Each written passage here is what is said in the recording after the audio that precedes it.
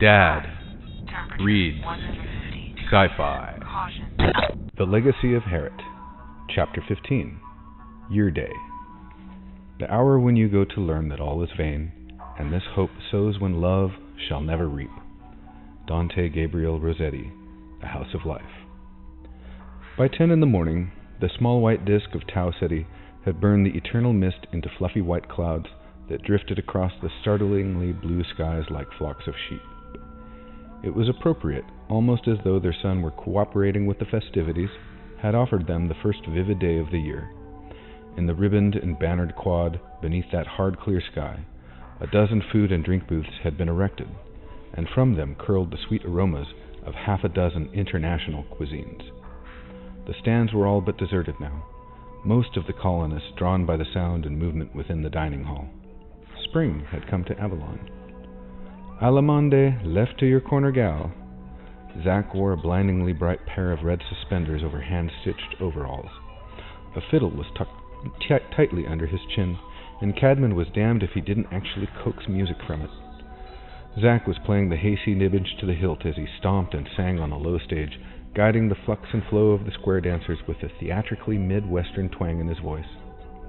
His voice was flat but lively. The colonists followed his lead in an explosion of joyous energy. The music itself was an odd mixture of synthesizer keyboard, traditional woodwind, and string. Some of the instruments had been shipped aboard Geographic, justified as vital cultural treasures. Some had been cobbled together after landing. And now all promenade, with that sweet corner maid, singing, "Oh Johnny, oh Johnny, oh."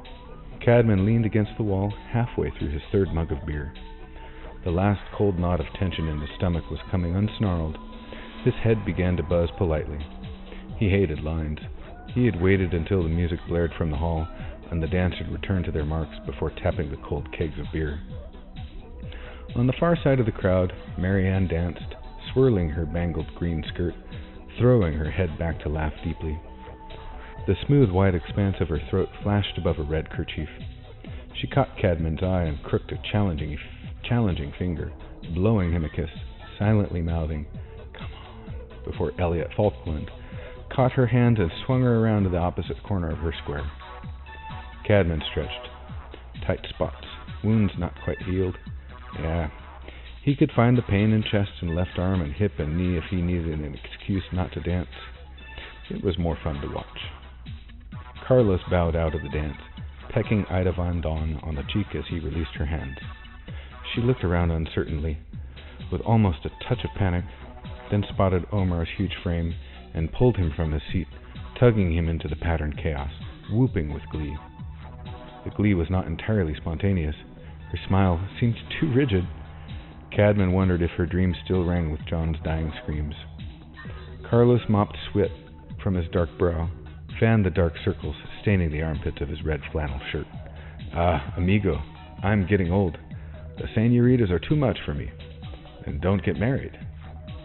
Vertical and horizontal dancing are much different." He smiled evilly. "Bobby lets me lead." He took a sip of Cadman's beer, smacked approvingly, and drew himself a glass. He downed a third of the mug before coming up for air. He followed Cadman's gaze to Marianne. "Your senorita, she also likes to dance, eh?" He paused, considering. "I think one can tell much from the way a woman moves to music.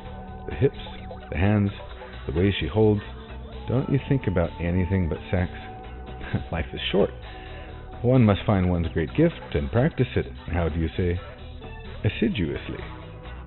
Cadman sputtered out a noseful of suds. Together they strolled around the outside of the quad, where Bobby Kanagawa worked at a food booth. Her long black hair twisted and pinned beneath a white paper cap. Bobby was oblivious to the music piped out from the hall, and didn't notice her fiancé's approach. With a long, thin knife, she carefully pared strips from one of 3 salmon on her cutting board. Movements almost mechanically precise. She sliced those strips into thinner pieces, then positioned them atop formed and pressed blocks of ice. Although not in full production yet, the rice fields were healthy enough for Zack to authorize the release of some of the grain stored aboard Geographic. Carlos leaned across the counter and kissed her wetly. Startled at first, she smooched back, then rubbed noses with him. Leave me alone for 15 minutes, then do with me what you will. I'll hold you to that, Chiquita. You'd better. She squeezed his hands, and there was enough heat in her emerald eyes to scorch stone. That's what it would take to nail Carlos. I'm taking you down the rapids, mister. Carlos grabbed a strip of salmon before she could protest and popped it into his mouth. Bobby waved her knife at him as he skated away, chortling over his mouthful. What a woman! Don't you think we'll make beautiful babies? Cadman reflected for a moment. The loveliest woman I ever knew was half Japanese and half Jamaican. Assuming the kids take after their mother, they've got a chance. The square dance ended with cheers and a thunderous round of applause, and the hall emptied into the quad. Marianne worked her way to him through the press, holding a foaming mug. She panted, face glowing and sticky with perspiration. Cad, you're such a stick. Why won't you dance? War wound. Both legs blown off. Maddox screwed up, sewed 2 left feet on. She stuck her tongue out. Look on the bright side. Somewhere out there is a guy with 2 right feet, killing him at the Waldorf. You're just ashamed of me. You don't want anyone to see us together. Carlos nodded sagely. It is true. Many times he has told me of how he likes to hide you away in the dark, covering you with his own body if need be. Carlos! Martinez took the hint. I've got to get ready for the rapids. Turning into a tradition, isn't it? Around here, anything that happens twice is a tradition. Carlos disappeared into the crowd. The day just felt so damned good. Contests and exhibitions had been running since breakfast. Cadman had watched the archery and wrestling, cheering but not competing. Soon would begin the 3-day boat race between the honeymooning couples. That he would enjoy. Then the dance contest. Silliness. That was all it really was, but he had to admit that he was catching the bug. True, he was pleasantly drunk. Who had brewed the beer? If he could work out a private deal with that, where they say fresh melon cactus every month in exchange for a keg, he felt more comfortable around the camp than he had in months. But something was pulling him back from wholehearted participation. A voice that was weakening by the minute, or the mug, whatever. He politely squelched a burp. Watching Marianne dance was good for him. He hadn't had a chance to really compare her with the other women. There was no question that they were a couple. She had fixed the judges, bribed his cornerman, and KO'd him before he even knew the fight was on. But it warmed him to feel a healthy physical tug when a twirl or a gust of wind raised her skirts. Her hard work up at Cadman's Bluff had trimmed away fat and added healthy muscle. The pregnancy didn't show yet, but there was something special about her. She did glow. She squashed her lips against his in a beery kiss. Cad, when are you going to? Her face changed in the middle of the question, became more mischievous. Dance with me? Shoot the rapids with me? The real question was behind the smile, behind the laugh. It lived in the way that she leaned against him, letting him feel the muted fire in her belly. What the hell? It's just a formalization. Why not? But not now. Not on holotape for God and the whole world to see. Later, he promised. You'll see. The stands on the north edge of the quad displayed a mosaic of the colony's artistic craftsmanship. Cadman was startled and gratified by the breadth and reach of the work on display. These people had not been chosen for artistic talent. They had hidden depths. Here was a kinetic sculpture, a globe filled with clear fluid, holding iron flakes spiraling in a slow nebula of magnetic flux. There, a painting of Avalon's twin moons, setting over the bramble bushes. The artist had precisely captured the mauve sunset. Mounted on a linen-covered table was a sculpture of woven, wired, and glued bones, hundreds of salmon and pterodon bones, sliver-thin, formed and painted into a golden bowl, as a Sumi painting suggests flight or motion with the barest strokes.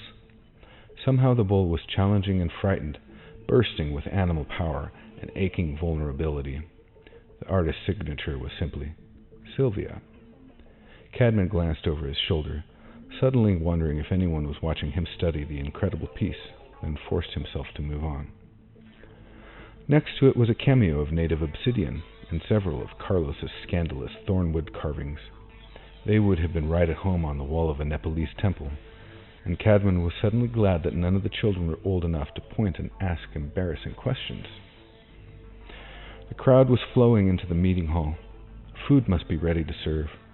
Cadman followed the flow. He claimed 2 empty seats next to Terry's wheelchair. Marianne brought 2 plates piled with Bobby's salmon sushi, with a dab of the precious powdered wasabi horseradish shipped from Earth, fresh spinach pasta, fresh tomato marinara, whole grain wheat bread. Most of the food was from the fields and the nets. Avalon was yielding up her harvest, making what reparation she could for the damage done to her newest, strangest children. Terry ate quietly, slowly chewing each mouthful into liquid. Always thin, he seemed to have gained a few pounds since his injury, and it made his face less pinched and severe. "I approve," he said neutrally. It took a beat for Cadman to realize Terry was talking to him. "Food's pretty good," he agreed. "No, you and Marianne. Good match." Terry took another careful mouthful. Cadman noticed the streaks of gray coursing through the curly brown. "How are things up there on the mesa?" "Nice. Quiet." Cadman glanced at Marianne. "Wait until Sylvia has the baby. Come on up for dinner." "I'd like that, if we can get this damned chair into a skeeter." "Sure, we can do that. Or have Carlos make you a folding model." The projection equipment was wheeled out to the center of the floor. An enlarged hollow field shimmered like a heat mirage. The faces and figures against the far wall were pale, wavering ghosts. The lights dimmed, the hollow image hardened, and the speakers piped in sound. A motorboat was being lowered down the ravine and into the river below the dam. The boat was a 10-foot black oval, tough synthetic elasticized skin stretched over a metal frame. 2 low seats and crescent steering wheel mounted in the front. The skeeter-type engine aft looked too big for the boat. The plastic-sealed knob of a holotape recorder showed above the central mast. It had reached the water. A second identical boat dropped to join it. Sylvia came to sit between Cadman and Terry, and she smiled shyly as she lowered herself uncomfortably to her seat. "You look ready," Marianne said. "You know it." Now Marnie's saying next week. "Cadman, don't ever get pregnant." Her complexion was a little blotchy. She wheezed with relief as she settled herself, balancing a plate heaped with food in her hands. "I'll remember that," he said. "Last time Marianne gets on top." "Hush." Someone yelled, "Ta-ta-ta-da!" as Elliot Falkland and his fiancée LaDonna dashed to the center of the floor amid a rowdy chorus of cheers. "Junkie!" Falkland was all grin and jug ears and peeling tan, with a body almost twice the size of LaDonna. But the little woman was known as an indefatigable construction worker. Behind Cadman, Andy guffawed something about LaDonna sweating that blubber off Elliot before they reached the ocean. Cadman raised a cheer as Carlos and Bobby joined the first couple. Carlos swept off a broad-brimmed hat and a low, gallant bow. Someone even dressed in denims. Bobby managed a shy curtsy. Carlos rushed over to Cadman and Marianne. He wore a yellow safety vest and skin-tight rubber pants. He carried a bedroll in his left hand. He and Bobby would take the boat all the way to the ocean, camping along the way. 3 days later, they would be picked up by Skeeter, officially married. Cadman chortled to himself, guessing that Carlos would triple-check that the recording equipment was off before turning in for the evenings. "Wish me luck, amigo. Falkland has more water experience than we do. More than anyone but the Samlin. He's got flippers for feet." Elliot Falkland and Jerry minded the catfish ponds downriver. Falkland also coordinated the underwater repair operations and had overseen the construction of the dam. That was where he had come to know LaDonna. Anyway, it's not when you get there, it's how. Loser paints the winner's house. I see your point. Kill it. Senor Falkland sleeps with the fishes. Good luck, Terry and Sylvia chimed. Carlos shook hands with the men, kissed the women, then hustled out to supervise the lowering of his boat. Sudden envy stirred in Cadman. A 3-day trip down the river would be a nice honeymoon. But we had ours while we built the camp, and it was fine. The hollow field flickered to a different vantage point. An aerial view of the skeeter pad swiftly expanded to take in the entire camp. Cadman's stomach lurched, the reaction he always had when in the air under another's control. The skeeter zoomed and veered explosively, rose straight up, then dive-bombed Civic Center. There was clapping, cheering, and groaning. The hollow field was expanded to fill the room, the magnification bleaching a little of the color from the image. The three-dimensional aerial panorama was stunning, especially when it veered east across the Miskatonic. There, Camelot, their new community, was already blocked out. The three-dimensional Camelot wasn't the cramped curlicue of the first year's temporary dwellings.